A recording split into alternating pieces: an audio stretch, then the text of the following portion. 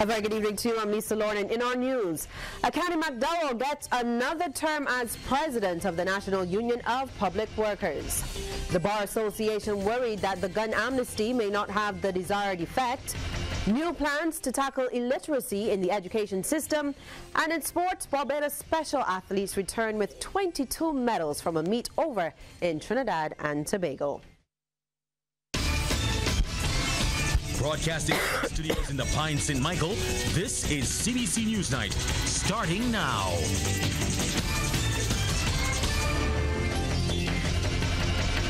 McDowell has been re-elected president of the National Union of Public Workers.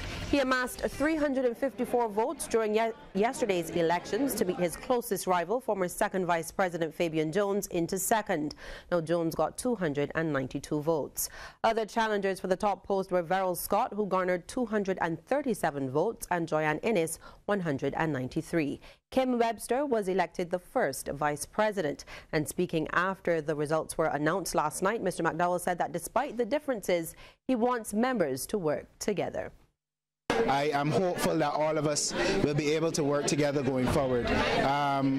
Although we might believe that things should be done differently, I believe at the heart and at the core of each and every one of us, there is a need to see and to make sure that the union is as successful as possible. And I hope that going forward, all of us can work together for the betterment of the union.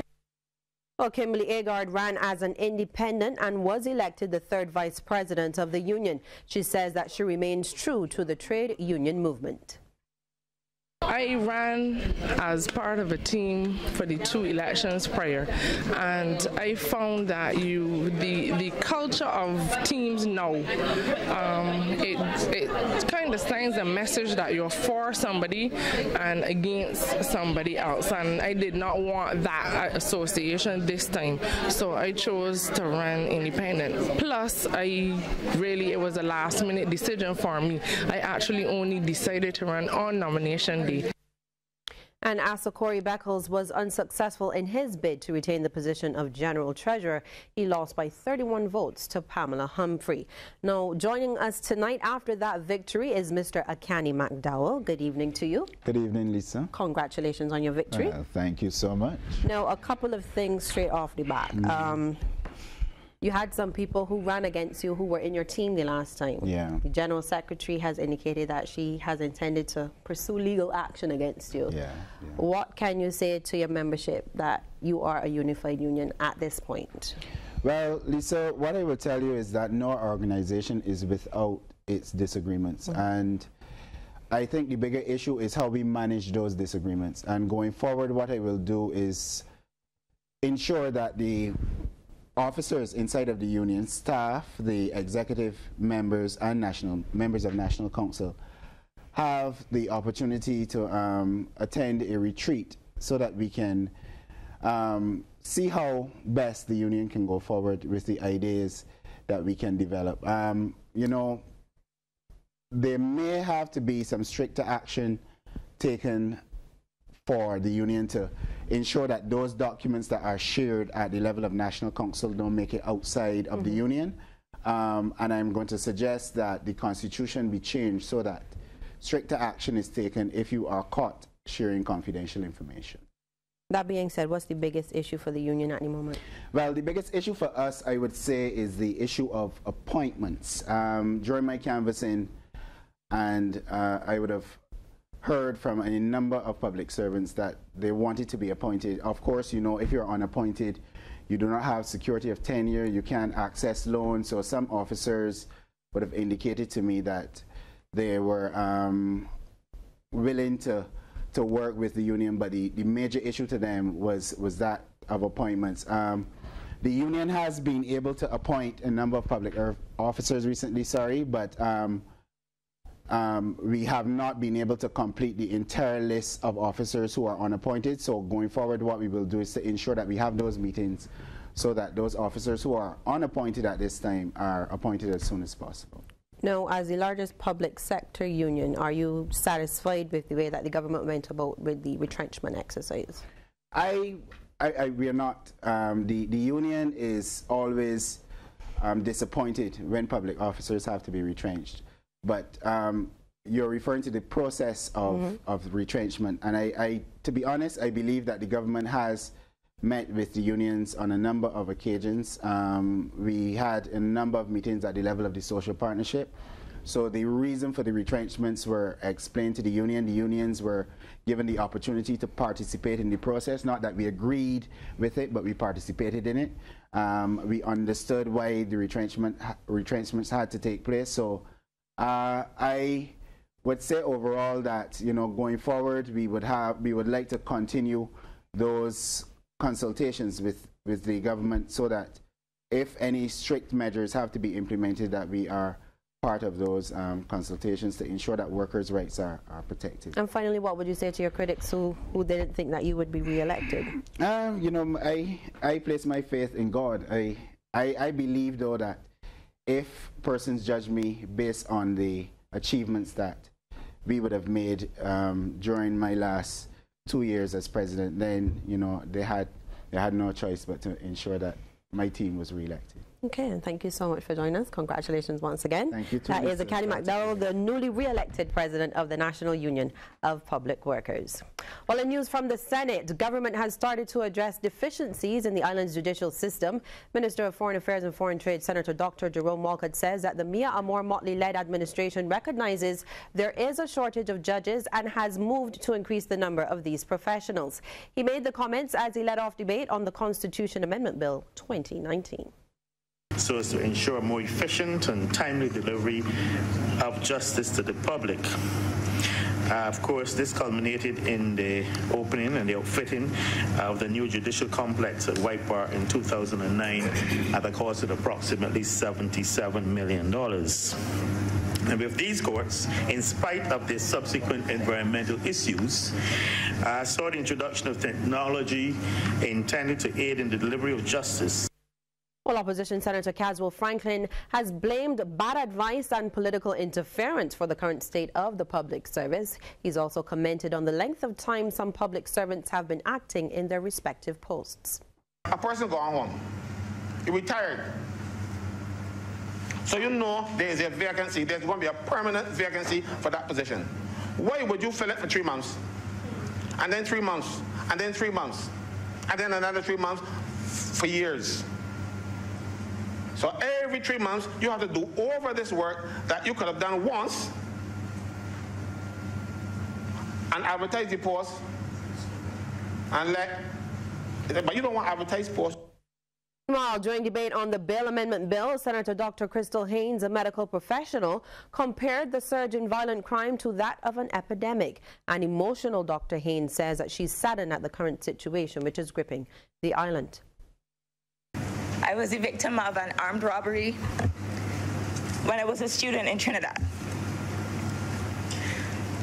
And that fear is something that changes you. It's something that you carry throughout your life. And it just hurts me to see the place where we're at today. It hurts me to know that it has taken this for us to get here. Once upon a time, we would have liked to believe that crime would have been concentrated in specific enclaves in Crab Hill and in Silver Hill. Independent Senator Reverend John Rogers says serious times require serious measures. He's commended government for its action in addressing the crime situation. While welcoming the amendments, he suggests that the legislation only targets the minority who are causing the problems and not the source. Reverend Rogers wants government to consider setting up a mandatory youth service. In another place, when you're talking to young people, you say the devil finds work for idle hands. And perhaps coming out of this should be a serious discussion about a national youth service. We'll have to think it through, but serious discussion about a national youth service. Compulsory. Well, the Barbados Bar Association is tonight questioning whether the gun amnesty will actually work. Criminal defense attorney and honorary secretary of the association, Kristen Turton, says that there are also concerns about changes to the Bail Act, and more in this report from Shane Jones. Ms. Turton says the bar understands the motivation behind the amendment and agrees steps need to be taken to curb the increase in gun violence. However, there are some concerns about some of the details of the amendment itself. The association is particularly worried about the potential infringement of the right of a person to his or her liberty until guilt is proven. The criminal defense attorney says while the amendment makes provision for persons to get bail in less than 2 years where the evidence is weak and in cases of self-defense, it ignores the practical reality that it often takes over a year to prove those conditions. Now, she believes for this exception to be effective, additional provisions and time limits will have to be set to compel the prompt provision of that evidence so that the court can make a proper determination. The expeditious punishment of people who engage in these offenses, that is actually the remedy to the problem, not simply just keeping them in prison without actually addressing their problems.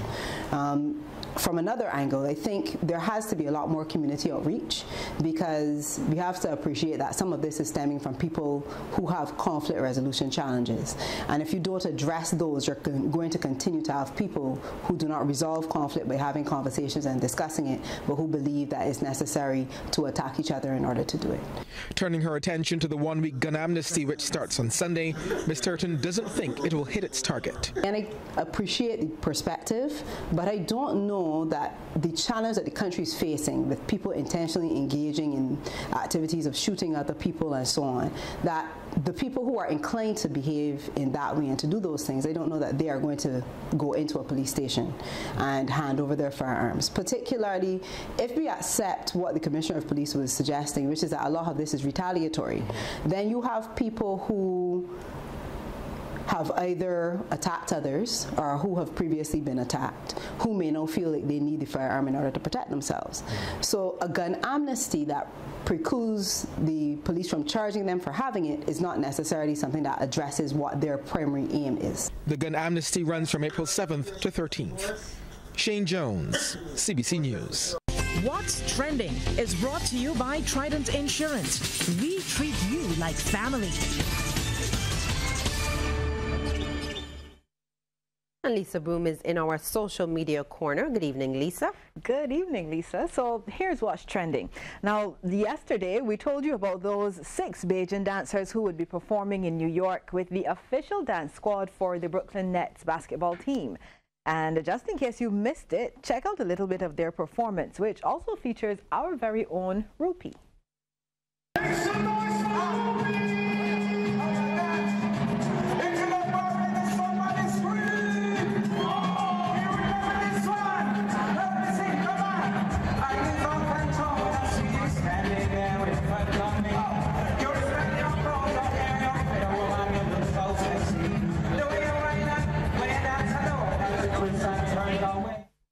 Well, that video was shared by one of the dancers, and a few of the Miss Universe Barbados winners were also on hand in crop-over costumes to give the crowd in the Barclays Center a taste of the festival. Well, the Brooklynettes also took to Instagram to hail the night as a success, saying they had lots of fun with the Bajan Queens and the rest of the crew. Well, so did our Minister of Culture, John King, who is bursting with pride. He thanked the ladies for flying the Bajan flag and says the whole of Barbados was smiling because of that performance. And he really wasn't wrong. It was fantastic. Now, recently, Information Minister Senator Lucille Moore suggested that songs with negative lyrics had no place on our radio stations. She says they can influence our youth to go down the wrong path. So let's see how Facebook users feel about it. Damien Clark is a musician, and he agrees that music can have both positive and negative effects on people. He says it has the power to touch different emotions and feelings. Joel C. Payne says various studies show that things like music can affect behavior. And after it was suggested that even if the songs aren't on radio, they can still be accessed on YouTube, He says then that's where the parents and the schools come in. As for Joanna Pearl, she thinks that even if the suggested change is implemented, it's simply too late. She says these negative songs can be heard all over, on radio, on public transport, and even from private vehicles. She described it as being even worse than noise pollution and says it's just a sad situation. Well, the hashtag #MeToo movement came about as a way to highlight sexual misconduct, and since it went viral in 2017, many high-profile people have been called out for their actions. One of them is former U.S. Vice President Joe Biden, who is facing allegations of unwanted touching and kissing. Well, he released a statement on the matter on Twitter. That video has now been viewed over 5 million times. Let's take a look. In my career, I've always tried to make a human connection. That's my responsibility, I think. I shake hands, I hug people, I grab men and women by the shoulders and say, you can do this. But I will be more mindful and respectful of people's personal space. And that's a good thing. That's a good thing. I worked my whole life to empower women. I've worked my whole life to prevent abuse. I've written, and so the idea that I can't adjust to the fact that personal space is important, more important than it's ever been, it's just not thinkable. Well, a vacation is supposed to be a relaxing experience, but for these tourists in Iceland, it didn't quite go that way. Several pieces of a glacier broke off, crashing into the water below and sending the people scrambling for safety. It's a good thing that they did, as a large wave followed, rushing up onto the shore where they were standing just a few moments earlier. Luckily, though, no one was hurt in that incident. And that's all the time we have tonight for Watch Trending. Of course, you can find us easily on Facebook. We're also on Instagram, and you can reach us by email. That's it. We'll see you tomorrow. Lisa? The Urtasun Teachers Training College is moving to help Barbadians experiencing literacy problems in the education system. Come September, the start of the new academic year, a diagnostic and early intervention center will be established at the Pine Hill St. Michael Institution. Principal Dr. Patricia Saul says Urtasun recognizes it has to be a part of the solution to the education problems at the national level.